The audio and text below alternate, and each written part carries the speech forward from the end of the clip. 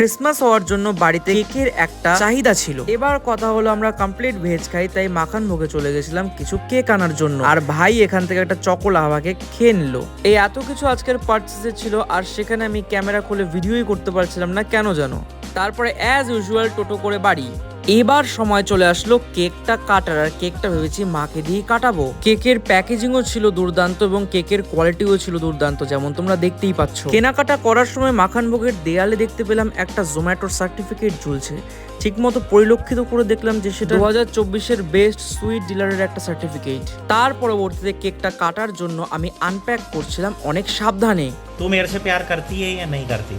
কেকটার beauty তোমরা দেখতেই পাচ্ছ, আর এটা বিশেষভাবে বানানো হয়েছিল ক্রিসমাস ডে এর জন্যই। এবার মায়ের হাতে কাঠের চাকুটা দিয়ে বললাম কেকটাকে কাটো। মা সেটাকে সন্তর্পণে কাটা শুরু করলো। এবার মা সেখান থেকে এক বাইট নিয়ে নিল, তারপরে আমি আর ভাইও অল্প অল্প করে খেয়ে নিলাম।